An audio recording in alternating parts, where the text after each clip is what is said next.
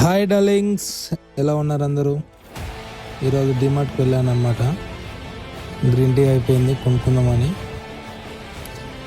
కాకపోతే green tea బదులు ఇంకేం కొనాలి అనేది చూడండి.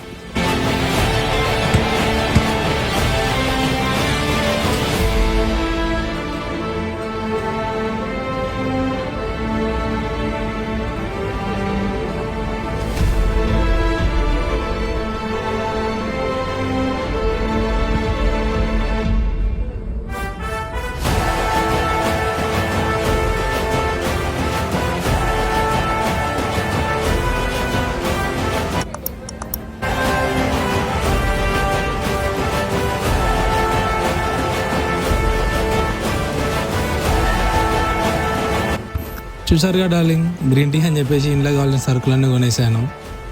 బిల్లు వచ్చేసి 3000 అయింది.